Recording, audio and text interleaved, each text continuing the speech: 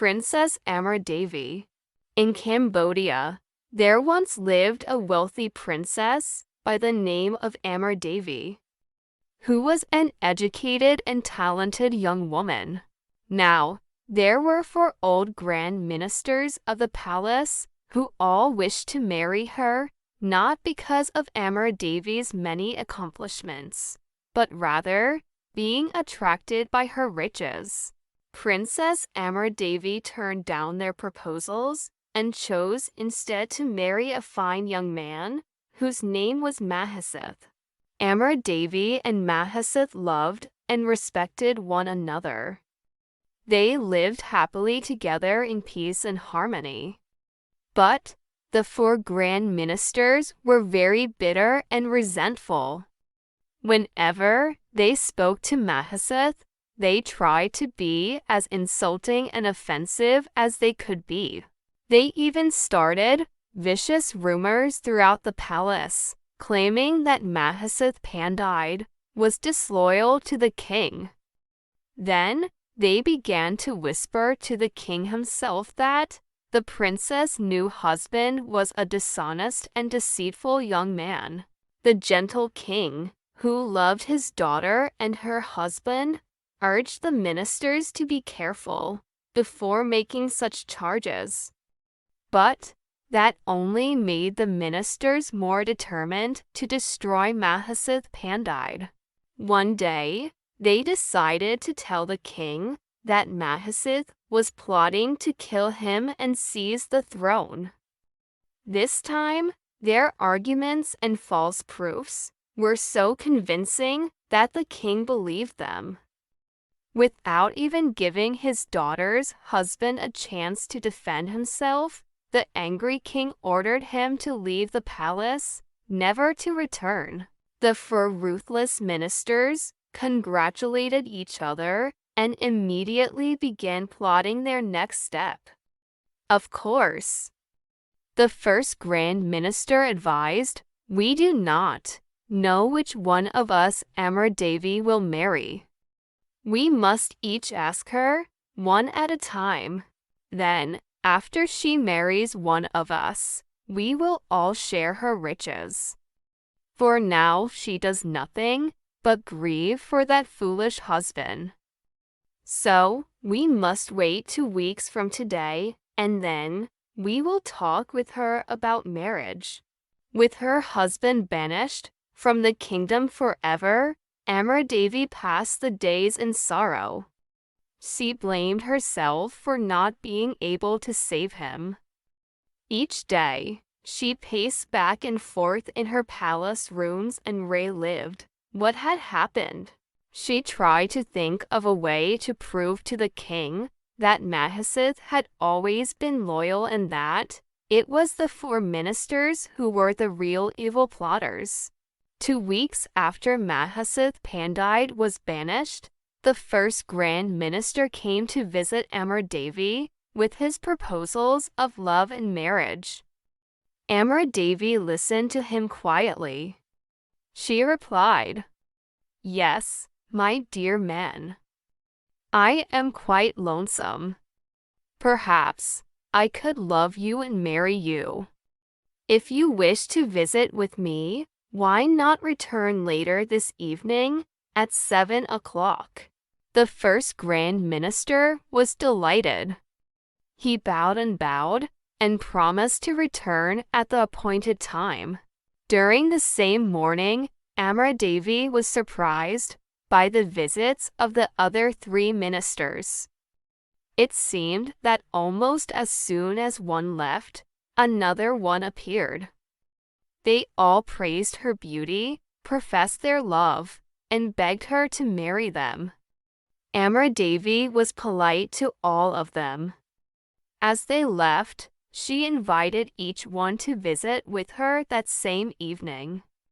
The second grand minister she told to come at 8 o'clock. The third grand minister she told to come at 9 o'clock.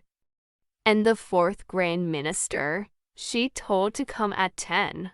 Now, Amaradevi had been educated not only in music, painting, and the fine art of poetry, but also in government, law, the sciences, and engineering construction.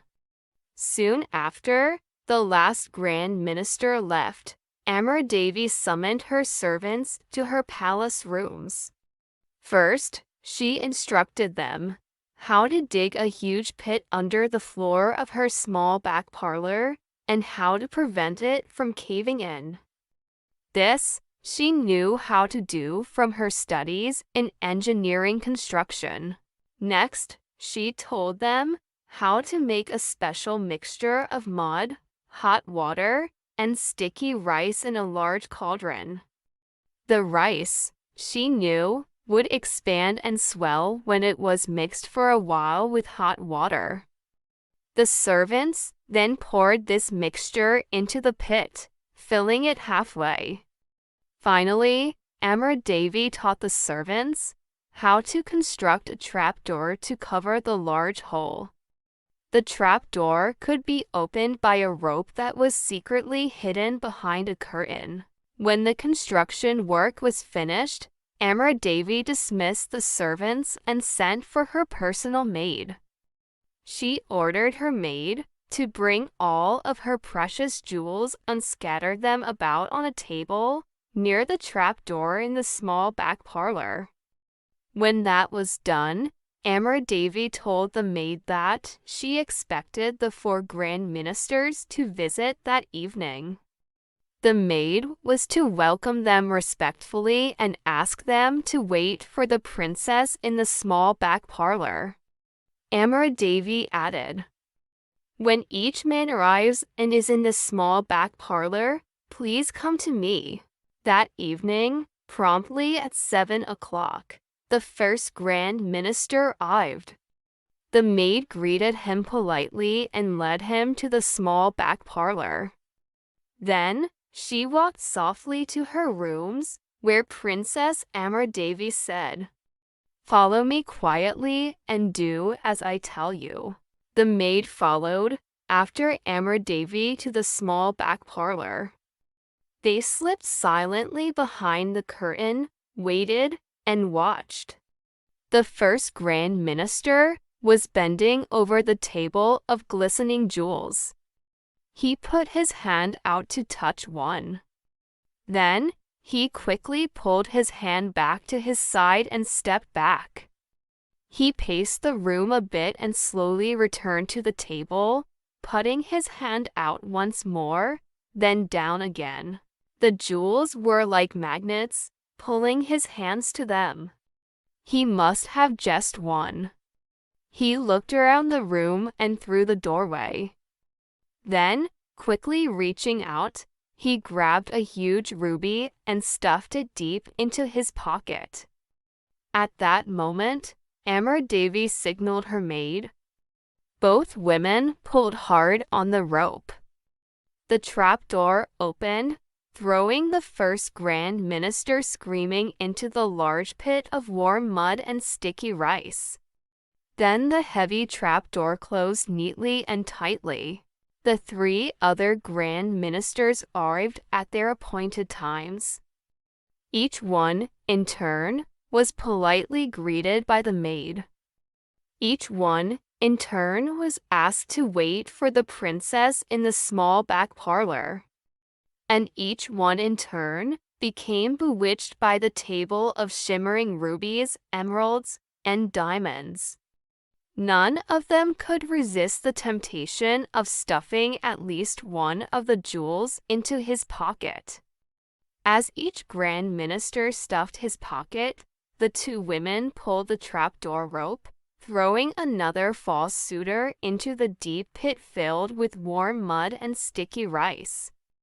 As each Grand Minister was added to the pit, the mud and swelling, sticky rice rose higher and higher. Amaradevi kept the trap door tightly closed all night.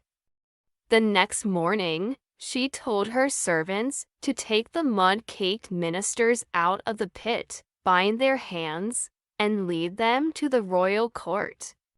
When they reached the throne room, the princess bowed before her father. "Your Majesty," she said, "I ask your permission to prove to the royal court the treachery of these four grand ministers of the palace." The king looked surprised, but nodded. Amaradevi continued, "I refused the proposals of these grand ministers because I knew that they were greedy for my riches. When I married the good Mahasith, they plotted against him and finally convinced the royal court that he was disloyal and dishonest. Now, the ministers have come to me once again with proposals of love and marriage. But still, the only thing that they really love is our royal jewels. I trapped them as they were stealing our sacred treasures from my apartments. I will prove this to you. Now you will know who the guilty traitors really are." Amaradevi signaled her maid.